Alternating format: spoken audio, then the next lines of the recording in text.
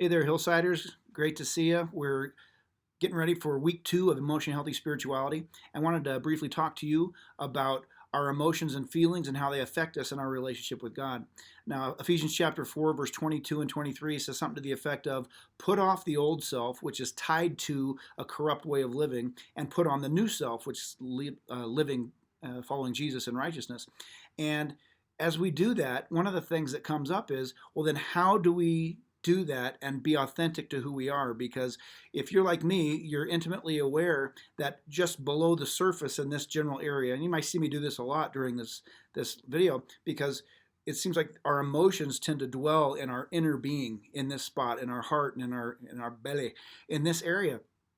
And a lot of the decisions that we make are influenced either directly or indirectly, and we could be fully aware of it, or it could be a complete surprise to us, but they influence the decisions that we're making. And many times we will be attempting to avoid listening to our feelings. Other times we're completely guided by them. And I want to just share with you something I've talked about a few times before, about how I've learned to process through the emotions as I help really try and help myself discover who is the authentic Louie that God made me to be.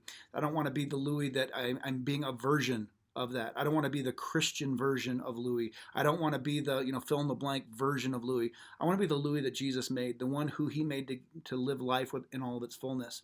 I want to be able to function out of a deep sense of connection to God and to His scriptures, to be a person who reflects Christ in everything that I do. And I don't want that to have to be some like outward veneer or suit of clothes that I put on and pretend and fake it, while at the same time I'm a seething ball of emotions inside.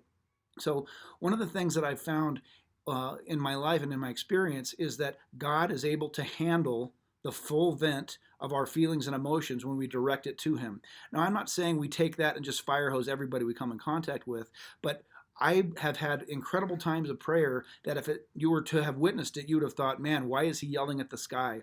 And what I've done is, in going through the Psalms, I found that there are instructions and prayers about how, like Psalm 6, dealing with grief, Psalm 22, dealing with abandonment, Psalm 56, dealing with being afraid, Psalm 137, crying out for revenge, disappointment, you name it, it's in the Psalms.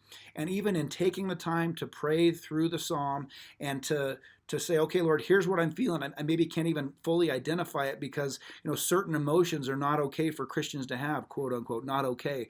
Like anger isn't a good emotion, is it? Because it leads to bad things. And, frustration, that's not a good emotion. So we don't have that one either. That's not helpful. What we find is when David is praying to God, and we see these recorded in the Psalms, he is bringing the authentic, here's what I'm feeling, but instead of just acting on it, he's presenting it to God. And he's saying, basically, what are you going to do about this? Here's where I am. Here's where you are. What do you have to say? And God meets David in the middle of that, and He does a transforming work inside of David's heart, inside of his life. And it's one of the things I found myself that has been most helpful is by praying through the Psalms and then reflecting and bringing those things out so that I actually will have to identify what emotions I'm feeling and how they're going to be expressed in the context of being a person who follows Jesus. What does it look like to be angry as a Christian? What does it look like to be grieving as a person who follows Jesus? What does it look like to be disappointed? What does it look like to be afraid? What does it look like to process through 2020 and the uncertainty as a Christian person? There's a lot of questions in there. Fortunately, the scripture speaks to that. And I just want to invite you over this next couple of days as we head towards Sunday, maybe open up the Bible, open up to the Psalms, and read through a Psalm or two or 10 or 150 if you feel so inclined to do so. He's talking really slow now. If you feel so inclined, just read them and look for the areas where David's emotions pop up.